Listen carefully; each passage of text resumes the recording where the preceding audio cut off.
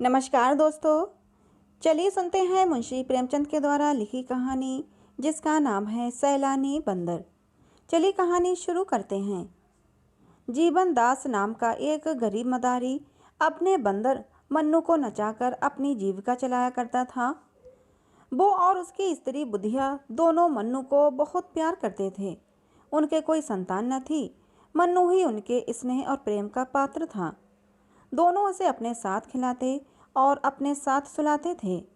उनकी दृष्टि में मन्नू से अधिक प्रिय वस्तु न थी। जीवनदास उसके लिए एक गेंद लाया था। मन्नू आंगन में गेंद खेला करता था। उसके भोजन को एक मिट्टी का प्याला था, ओढ़ने को कंबल का एक टुकड़ा और सोने को एक बोरिया, उचकने के लिए छप्पर में एक रस्सी। मन्नू इन वस्तुओं पर जान देता था। जब तक उसके प्याले में कोई चीज ना रख दी जाए वो भोजन न करता था। अपना टाट और कंबल का टुकड़ा उसे शॉल और गद्दे से भी प्यारा था। उसके दिन बड़े सुख से बीतते थे। वो प्रातःकाल रोटियां खाकर मदारी के साथ तमाशा करने जाता था। वो नकलें करने में इतना निपुण था कि दर्शक वृंद तमाशा देखकर मुग्ध हो जाते थे। लकड़ी हाथ में लेकर वृद्धों की भांति चलता, आसन मारकर पूजा करता, तिलक को मुद्रा लगाता, फिर पोथी बगल में दबाकर पाठ करने लगता। ढोल बजाकर गाने की नकल इतनी मनोहर थी कि दर्शक लोटपोट हो जाते थे। तमाशा खत्म हो जाने पर वो सबको सलाम करता था, लोगों के पैर पकड़कर पैसे वसूल करता था। मन्नू का कटोरा पैसों से भर जाता था। इसके उपरांत कोई मन्नू को एक अमरूद खिला देता, कोई उसके सामने मिठाई फेंक देता। लड़कों को तो उसे देखने से जी ही न भरता था। वे अपने अपने घर से दौड़ दौड़ कर रोटियां लाते और उसे खिलाते थे। मोहल्ले के लोगों के लिए भी मन्नू मनोरंजन की एक सामग्री थी। जब वो घर पर रहता तो एक ना एक आदमी आकर उससे खेलता रहता। खोंचे वाले फेरी करते हुए उसे कुछ ना कुछ दे देते थे। जो बिना दिए निकल जाने की चेष्टा करते उससे भी मन्नू पैर पकड़कर वसूल कर लिया करता था। मन्नू को अगर चिढ़ थी तो कुत्तों से। उसके मारे उधर से कोई कुत्ता न निकलने पाता था और अगर कोई आ जाता तो मन्नू उसे अवश्य ही दो चार कनेठियां और झप्पड़ लगा देता। उस दिन को कभी कभी बुधिया धूप में लेट जाती तो मन्नू उसके सिर की जुएं निकालता और वो उसे गाना सुनाती। वो जहाँ कहीं जाती थी वहीं मन्नू उसके पीछे पीछे जाता था। माता और पुत्र में भी इससे अधिक प्रेम न हो सकता था। एक दिन मन्नू के जी में आया कि चलकर कहीं फल खाना चाहिए। फल खाने को तो मिलते थे पर वृक्षों पर चढ़कर डालियों पर उचकने, कुछ खाने और कुछ गिराने में कुछ और ही मजा था। बंदर विनोदशील होते ही हैं और मन्नू में इसकी मात्रा कुछ अधिक भी थी। कभी पकड़ धकड़ और मारपीट की नौबत न आई थी। पेड़ों पर चढ़कर फल खाना उसके लिए स्वाभाविक जान पड़ता था। यह न जानता था कि वहाँ प्राकृतिक वस्तुओं पर भी किसी न किसी की छाप लगी हुई है। जल, वायु, प्रकाश पर भी लोगों ने अधिकार जमा रखा है। फिर बाग बगीचों का तो कहना ही क्या। दोपहर को जब जीवन दास तमाशा दिखाकर लौटा तो मन्नू लंबा हुआ। वो यूं भी मोहल्ले में चला जाया करता था, इसलिए किसी को संदेह न हुआ कि वो कहीं चला गया है। उधर वो घूमता घामता खपरेलों पर उछलता कूदता एक बगीचे में जा पहुंचा। देखा तो फलों से पेड़ लदे हुए हैं। आंवला, कटहल, लीची, आम, पपीते वगैरह लटकते देखकर उसका चित्त प्रसन्न हो गया। मानो वे वृक्ष उसे अपनी ओर बुला रहे थे कि खाओ जहाँ तक खाया जाए, यहाँ किसी तरह की रोक टोक नहीं है। तुरंत एक छलांग लगाकर चार दीवारी पर चढ़ गया। दूसरी छलांग में पेड़ों पर जा पहुंचा। कुछ आम खाए, कुछ लीचियां खाईं। खुश हो होकर गुठलियां इधर उधर फेंकना शुरू किया। फिर सबसे ऊंची डाल पर जा पहुंचा और डालियों को हिलाने लगा। पके आम जमीन पर बिछ गए। खड़खड़ाहट हुई तो माली दोपहर की नींद से चौंका और मन्नू को देखते ही उसे पत्थरों से मारने लगा। पर या तो पत्थर उसके पास तक पहुंचते ही न थे या सिर और शरीर हिलाकर वो पत्थरों से बच जाता था। बीच बीच में बागवान को दांत निकालकर डराता भी था। कभी मुंह बनाकर उसे काटने की धमकी भी देता था। माली बंदर घुड़कियों से डरकर भागता था और फिर पत्थर लेकर दोबारा आ जाता था। यह कौतुक देखकर मोहल्ले के बालक जमा हो गए और शोर मचाने लगे। ओ बंदरबा लोए लाए, बाल उखाड़ूं टोए टाए। ओ बंदर तेरा मुंह है लाल, पिचके पिचके तेरे गाल। मर गई नानी बंदर की, टूटी टांग मुछंदर की। मन्नू को इस शोरगुल में बड़ा आनंद आ रहा था। वो आधे फल खा खा कर नीचे गिराता था और लड़के लपक लपक कर चुन लेते और तालियां बजा बजा कर कहते थे, बंदर मामू और कहाँ तुम्हारा ठौर। माली ने जब देखा कि ये पिपलब शांत होने में नहीं आता तो जाकर अपने स्वामी को खबर दी। वो हजरत पुलिस विभाग के कर्मचारी थे। सुनते ही जामे से बाहर हो गए।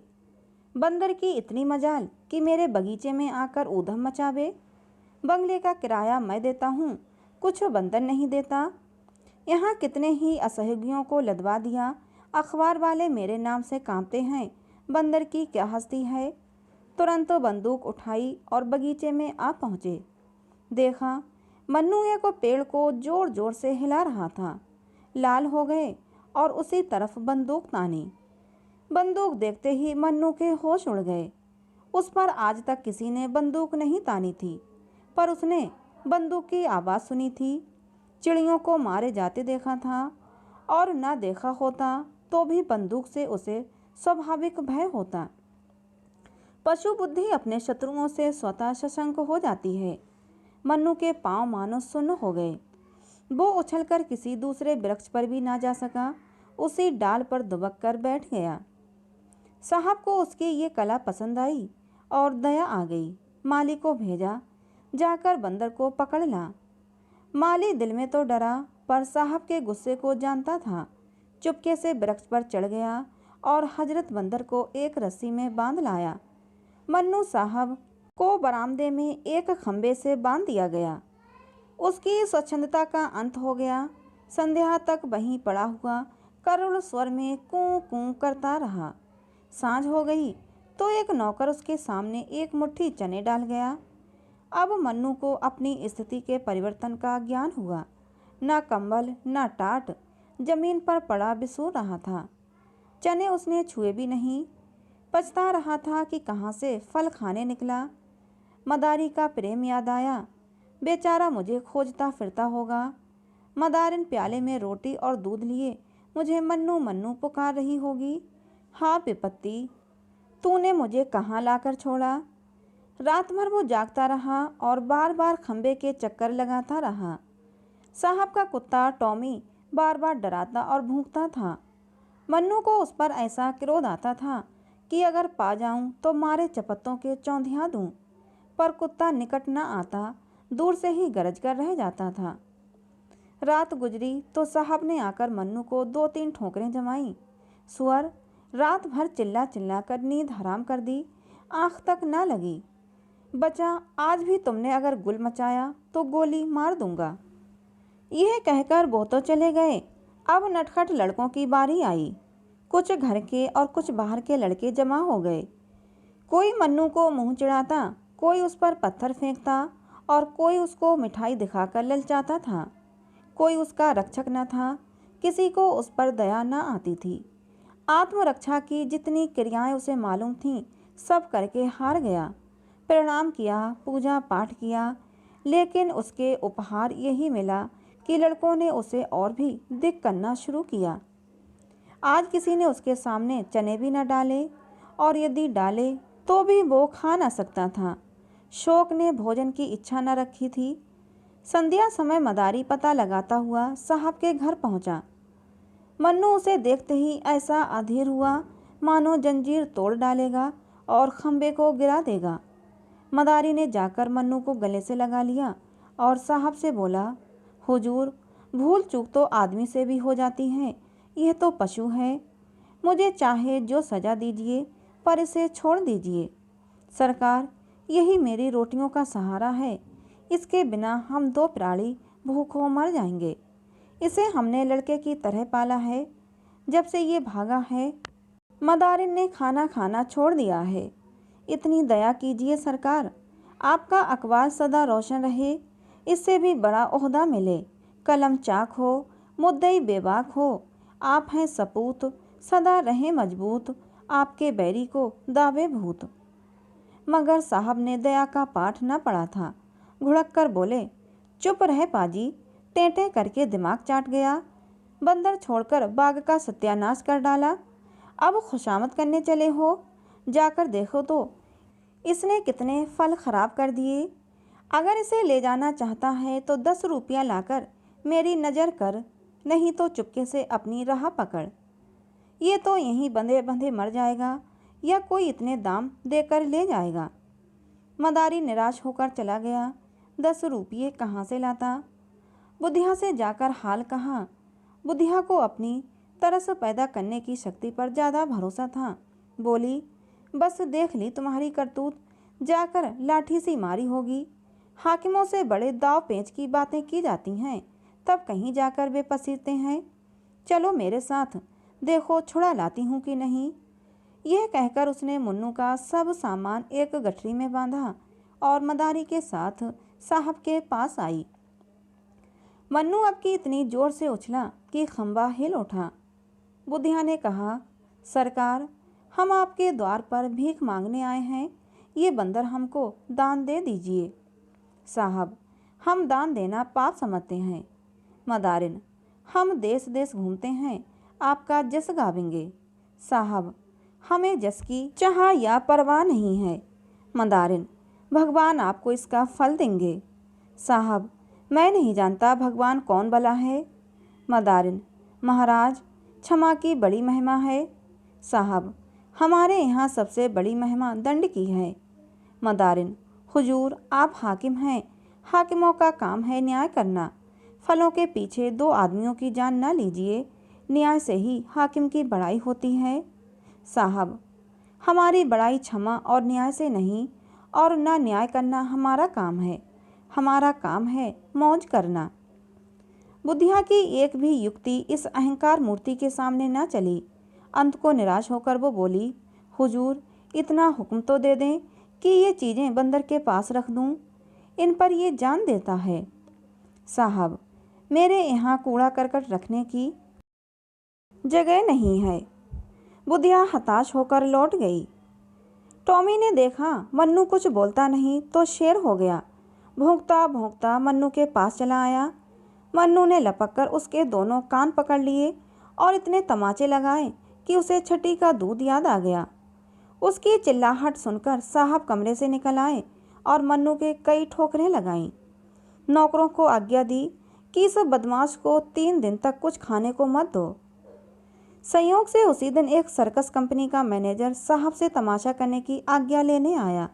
उसने मन्नू को बंधे रोनी सूरत बनाए बैठे देखा तो पास आकर उसे मन्नू उछलकर उसकी टांगों से लिपट गया और उसे सलाम करने लगा। मैनेजर समझ गया कि ये पालतू जानवर है। उसे अपने तमाशे के लिए बंदर की ज़रूरत थी। साहब से बातचीत की, उसका उचित मूल्य दिया और अपने साथ ले गया। किंतु मन्नू को शीघ्र ही विदित हो गया कि यहाँ मैं और भी बुरा फंसा। मैनेजर ने उसे बंदरों के रखवाले को सौंप दिया। रखवाला निष्ठुर और क्रूर प्रकृति का प्राणी था। उसके अधीन और भी कई बंदर थे। सभी उसके हाथों कष्ट भोग रहे थे। वो उनके भोजन की सामग्री खुद खा जाता था। अन्य बंदरों ने मन्नू का सहर्ष स्वागत नहीं किया। उसके आने से उनमें बड़ा कोलाहल मचा। अगर रखवाले ने उसे अलग न कर दिया होता तो वे सब उसे नोच कर खा जाते। मन्नू को अब नई विद्या सीखनी पड़ी। पैर गाड़ी पर चढ़ना, दौड़ते घोड़े की पीठ पर 2 टांगों से खड़े हो जाना, पतली रस्सी पर चलना इत्यादि बड़ी ही कष्टप्रद साधनाएं थीं। मन्नू को ये सब कौशल सीखने में बहुत मार खानी पड़ी। जरा भी चूकता तो पीठ पर डंडा पड़ जाता। उससे अधिक कष्ट की बात यह थी कि उसे दिन भर एक कटघरे में बंद रखा जाता था, जिसमें कोई उसे देख न सके। मदारी के यहाँ तमाशा ही दिखाना पड़ता था, किंतु उस तमाशे और इस तमाशे में बड़ा अंतर था। कहाँ वे मदारी की मीठी मीठी बातें, उसका दुलार और प्यार, और कहाँ ये कारावास और डंडों की मार। ये काम सीखने में उसे इसलिए और भी देर लगती थी कि वो अभी तक जीवन दास के पास भाग जाने के विचार को भूला न था। नित्य इसकी ताक में रहता कि मौका पाऊं और निकल जाऊं, लेकिन वहाँ जानवरों पर बड़ी कड़ी निगाह रखी जाती थी। बाहर की हवा तक न मिलती थी, भागने की तो बात ही क्या।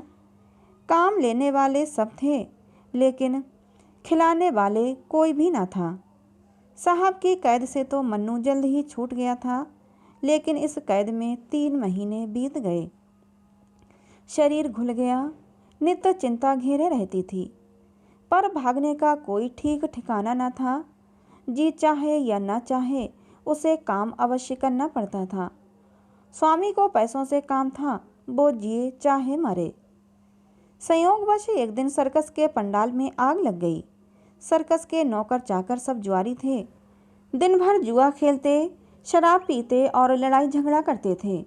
इन्हीं झंझटों में एकाएक गैस की नली फट गई। हाहाकार मच गया।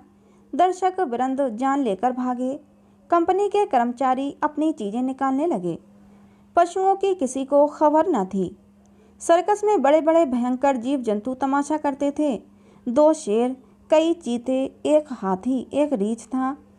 कुत्तों, घोड़ों तथा बंदरों की संख्या तो इससे कहीं अधिक थी। कंपनी धन कमाने के लिए अपने नौकरों की जान को कोई चीज नहीं समझती थी। ये सब के सब जीव इस समय तमाशे के लिए खोले गए थे। आग लगते ही वे चिल्ला चिल्ला कर भागे। मन्नू भी भाग खड़ा हुआ। पीछे फिरकर भी ना देखा कि पंडाल जला या बचा। मन्नू कूदता फांदता सीधे घर पहुंचा, जहां जीवनदास रहता था, लेकिन द्वारा बंद था। खपरेल पर चढ़कर वो घर में घुस गया, मगर किसी आदमी का चिन्ह नहीं मिला। वह स्थान जहां वो सोता था और जिसे बुधिया गोबर से लीप कर साफ रखा करती थी, अब घास पात से ढका हुआ था।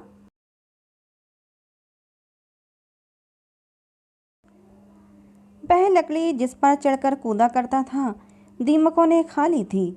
मोहल्ले वाले उसे देखते ही पहचान गए। शोर मच गया, मन्नू आया, मन्नू आया।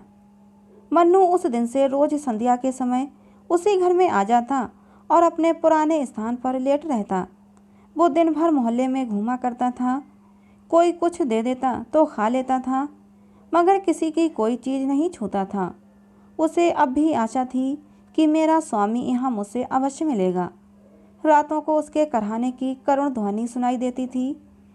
उसकी दीनता पर देखने वालों की आंखों से आंसू निकल पड़ते थे।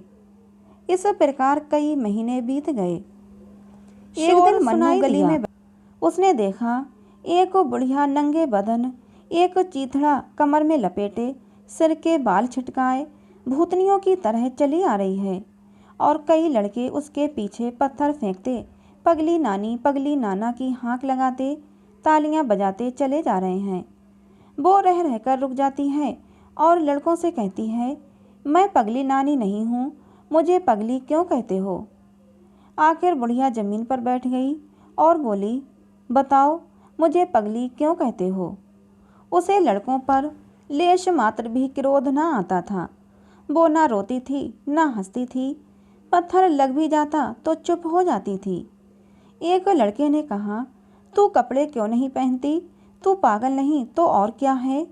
बुढ़िया, कपड़े जाड़े में सर्दी से बचने के लिए पहने जाते हैं, और आजकल तो गर्मी है। लड़का, तुझे शर्म नहीं आती। बुढ़िया, शर्म किसे कहते हैं बेटा। इतने साधु सन्यासी नंगे रहते हैं, उनको पत्थर से क्यों नहीं मारते। लड़का, वे तो मर्द हैं। बुढ़िया, क्या शर्म औरतों के लिए ही है, मर्दों को शर्म नहीं आनी चाहिए। लड़का, तुझे तो जो कोई कुछ दे देता है उसे तू खा लेती है, तू पागल नहीं तो और क्या है। बुढ़िया, इसमें पागलपन की क्या बात है बेटा। भूख लगती है, पेट भर लेती हूँ। लड़का, तुझे कुछ विचार नहीं है, किसी के हाथ की चीज़ खाते घिन नहीं आती। बुढ़िया, घिन किसे कहते हैं, मैं भूल गई। लड़का, सभी को घिन आती है, क्या बता दूं घिन किसे कहते हैं। दूसरा लड़का, तू पैसे क्यों हाथ से फेंक देती है, कोई कपड़े देता है तो क्यों छोड़कर चल देती है? पगली नहीं तो क्या है? बुढ़िया, पैसे कपड़े लेकर क्या करूं बेटा? लड़का, और लोग क्या करते हैं? पैसे रुपये का लालच सभी को होता है। बुढ़िया, लालच किसे कहते हैं बेटा? मैं भूल गई। लड़का, इसी से तुझे पगली नानी कहते हैं। तुझे ना लोभ है, घिन है, ना विचार है, ना लाज है। ऐसों को ही पागल कहते हैं। बुढ़िया, तो यही कहो मैं पगली हूँ। लड़का, तुझे क्रोध क्यों नहीं आता? बुढ़िया, क्या जाने बेटा, मुझे तो क्रोध नहीं आता। क्या किसी को क्रोध भी आता है? मैं तो भूल गई। कई लड़कों ने इस पर पगली पगली का शोर मचाया और बुढ़िया उसी तरह शांत भाव से आगे चली। जब वो निकट आई तो मन्नू उसे पहचान गया। ये तो मेरी बुढ़िया है। वो दौड़कर उसके पैरों से लिपट गया। बुढ़िया ने चौंक कर मन्नू को देखा, पहचान गई। उसने उसे छाती से लगा लिया। मन्नू को गोद में लेते ही बुढ़िया को अनुभव हुआ कि मैं नग्न हूँ। मारे शर्म के वो खड़ी ना रह सकी। बैठकर एक लड़के से बोली, बेटा मुझे कुछ पहनने को दोगे? लड़का, तुझे तो लाज ही नहीं आती ना? बुढ़िया, नहीं बेटा, अब तो आ रही है। मुझे ना जाने क्या हो गया था। लड़कों ने फिर पगली पगली का शोर मचाया तो उसने पत्थर फेंककर लड़कों को मारना शुरू किया। उनके पीछे पीछे दौड़ी। एक लड़के ने पूछा, अभी तो तुझे क्रोध नहीं आता था, अब क्यों आ रहा है? बुढ़िया, क्या जाने क्यों अब क्रोध आ रहा है। फिर किसी ने पगली कहा तो बंदर से कटवा दूंगी। एक और लड़का दौड़कर एक फटा हुआ कपड़ा ले आया। बुढ़िया ने वो कपड़ा पहन लिया, बाल समेट लिए। उसके मुख पर जो एक अमानुष आभा थी, उसकी जगह चिंता का पीलापन दिखाई देने लगा। वो रो रो कर मन्नू से कहने लगी, बेटा तुम कहाँ चले गए थे? इतने दिन हो गए, हमारी सुध न ली। तुम्हारा मदारी तुम्हारे ही वियोग में परलोक से धारा। मैं भिक्षा मांगकर अपना पेट पालने लगी। घर द्वार तहस नहस हो गया। तुम थे तो खाने को, पहनने को, घर की हर इच्छा को मन करता।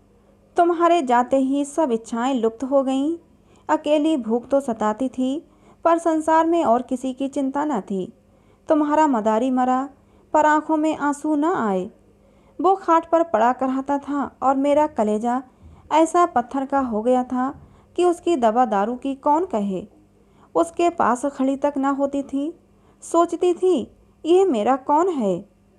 अब आज भी सब बातें और अपनी वो दशा याद आती है तो यही कहना पड़ता है कि मैं सचमुच पगली हो गई थी और लड़कों का मुझे पगली नानी कहकर चिढ़ाना ठीक ही था। यह कहकर बुढ़िया मन्नू को लिए शहर के बाहर एक बाग में गई, जहाँ वो एक पेड़ के नीचे रहती थी। वहाँ थोड़ी सी पुआल हुई थी। इसके सिवा मनुष्य के बसेरे का और कोई चिन्ह न था। आज से मन्नू बुढ़िया के पास रहने लगा। वो सवेरे घर से निकल जाता और नकलें करके भीख मांगकर बुढ़िया के खाने भर को नाज या रोटियां ले आता था। पुत्र भी अगर होता तो वो इतने प्रेम से माता की सेवा न करता। उसकी नकलों से खुश होकर लोग उसे पैसे भी देते थे। उन पैसों से बुढ़िया खाने की चीज़ें खरीद लेती थी। लोग बुढ़िया के प्रति बंदर का बहु प्रेम देखकर चकित हो जाते और कहते थे कि ये बंदर नहीं, कोई देवता है। तो दोस्तों, ये कहानी थी मुंशी प्रेमचंद के द्वारा लिखी, जिसका नाम था सैलानी बंदर। कहानी आपको कैसी लगी कमेंट बॉक्स में ज़रूर बताना। अच्छी लगी हो तो प्लीज़ इसे एक लाइक और हमारे चैनल को सब्सक्राइब जरूर कर लेना, जिससे कि ऐसी ही मनोहर कहानियाँ आप लोगों को मिलती रहें। मिलते हैं अगली किसी नई कहानी में।